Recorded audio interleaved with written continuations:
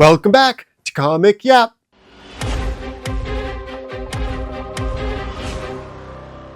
We open on an apocalyptic world. You can tell by the city seen in ruins and nothing but desolate desert surrounding it. A man holding a woman in his arms stares towards the destruction. We learn that whoever he is, he's a team leader.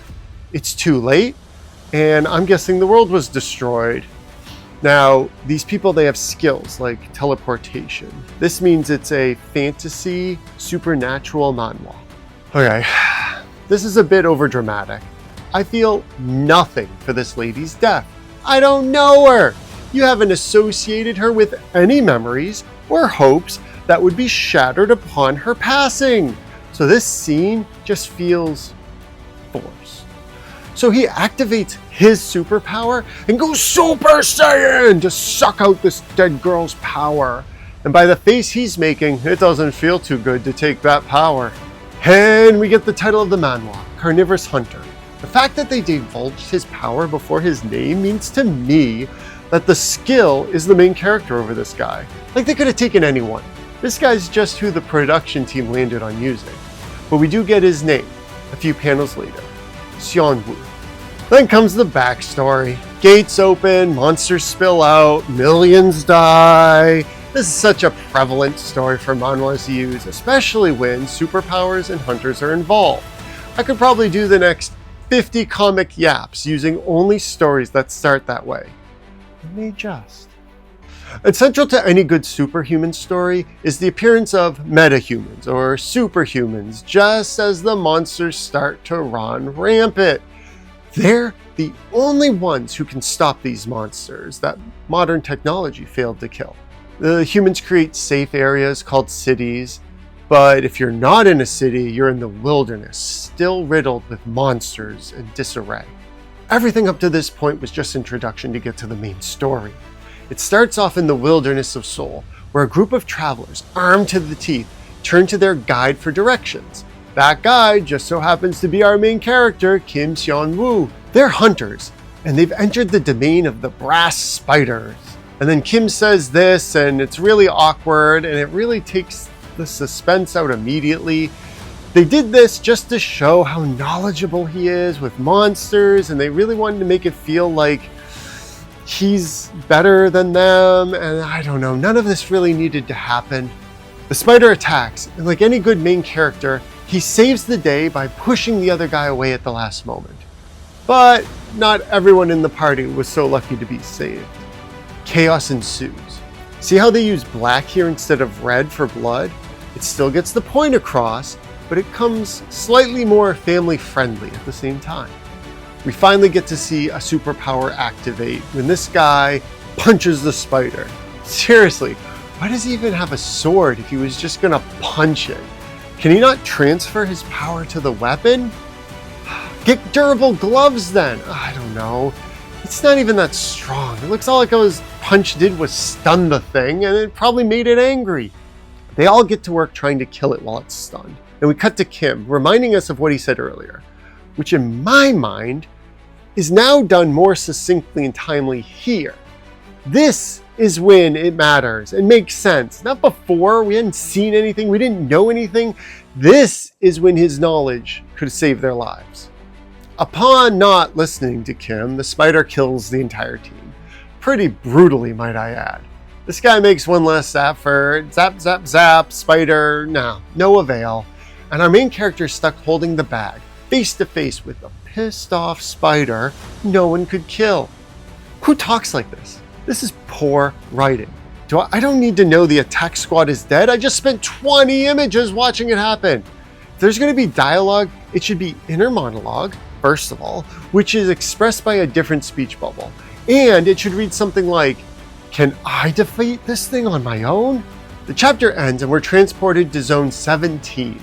We meet a branch manager, his secretary, they talk about signing another job. The manager yaps about Seonwoo and the current situation, and it's all just repeat.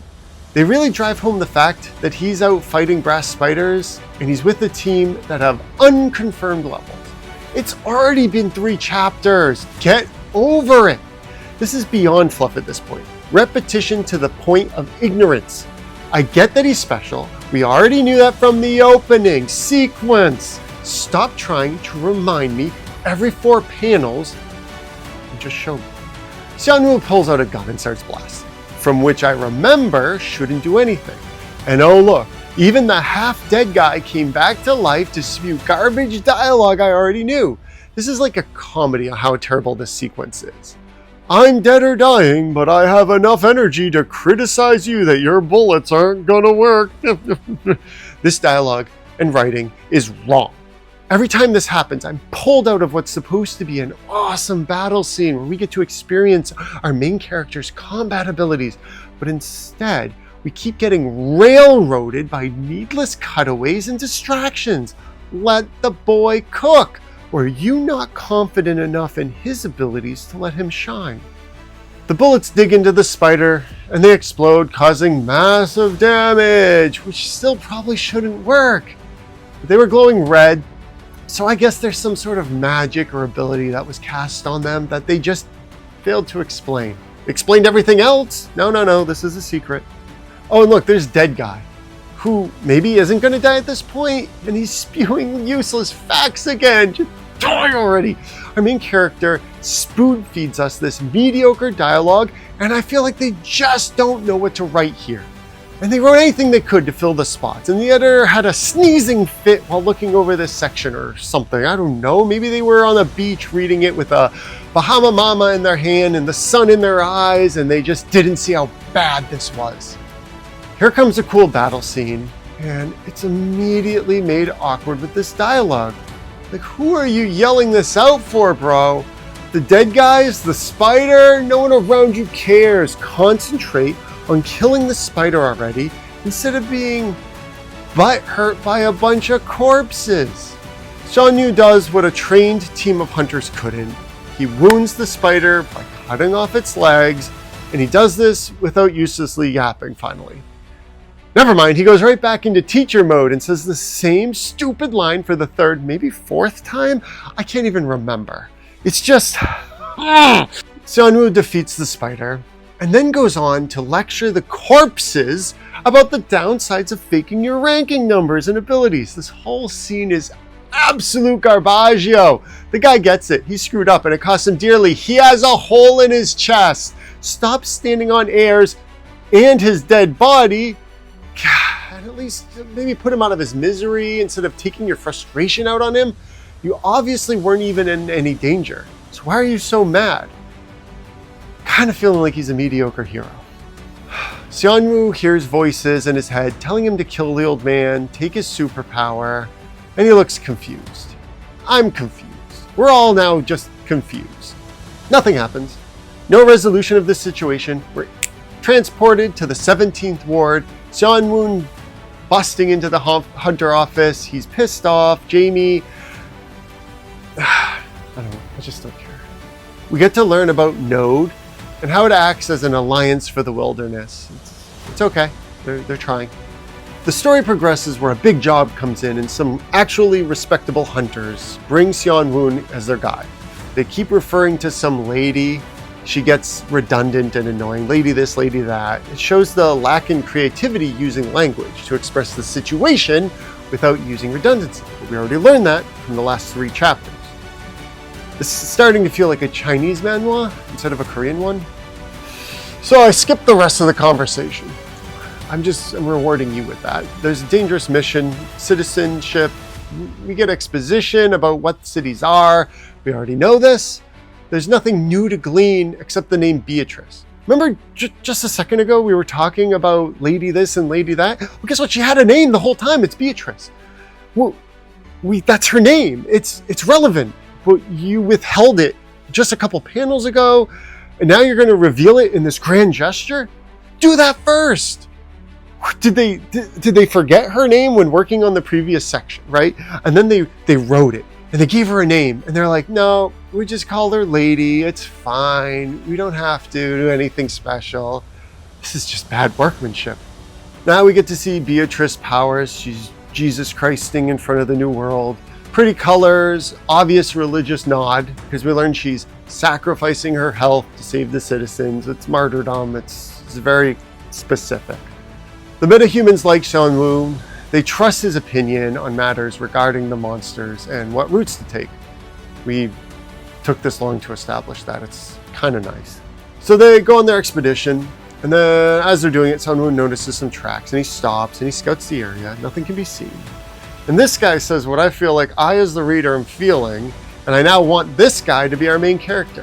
Can we do that? Can we switch MCs in the middle of the story? Seonwoo explains that Hobgoblin Horde has just passed through, and with their advanced sense of smell, they'll be turning around and heading right for them, which is instantly confirmed. He's noting that they're coming right for us. This is a crap piece of dialogue. Why make any of this happen if you're just going to express it instantly? There's no surprise. He warns you. You immediately assume he's a liar? Delete this. Put in, oh, I can sense them now, or something similar. You get the same effect without contradicting yourself. We trust him. We don't trust him anymore as soon as he says something. Oh, wait, no, we trust you now that we validated it. It's crap. The hobgoblins chase them, so they go to a bridge, which is easily defensible and monotonously described by Seonwoo.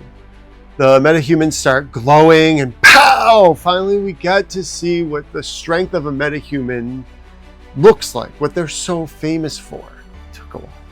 The battle continues for a while now. I'm just going to show you some cool artwork.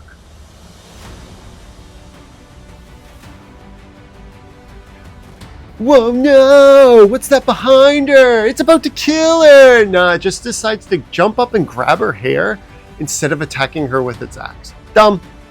That's not what it would do at all. Look at how much shorter it is than her, yet its first choice is to jump up and grab her by the hair. Nope, that's not a thing. In reality, it would have swung its axe at her knee, taking her down to its level. It's more strategic. And after bragging for 5 chapters about being the best and being prepared, he lets this happen? It's just useless.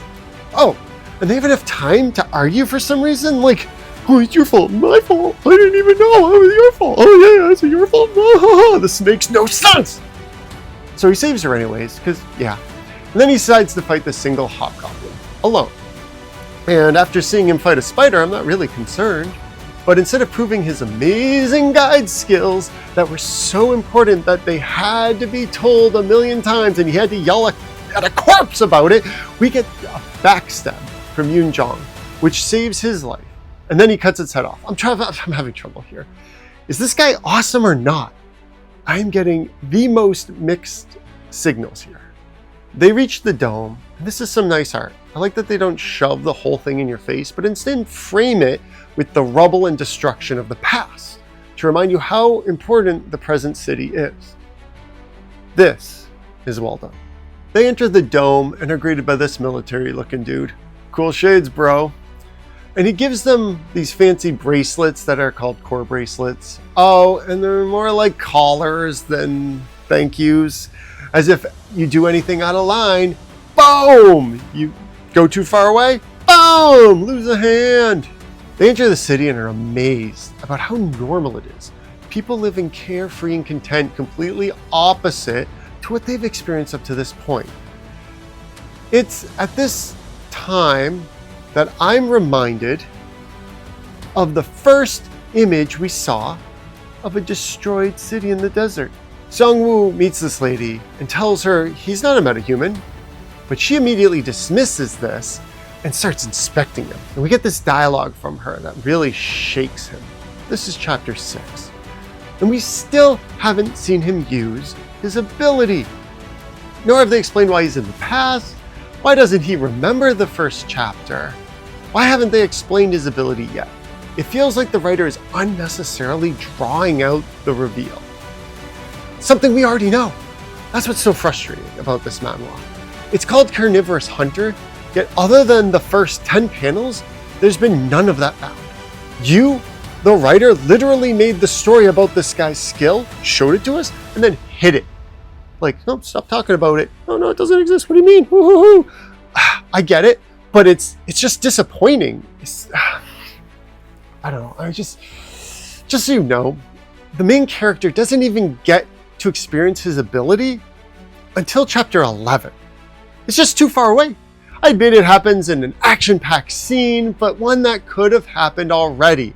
And he was confused this whole time or something. I don't know. It's just bleh. I give Carnivorous Hunter 2 screaming glowing ladies out of 5. The story picks up, but the childish writing continues, and honestly, I remember why I dropped this one. Next time you find yourself surrounded by fresh corpses, remember not to kick them while they're down. Cheers.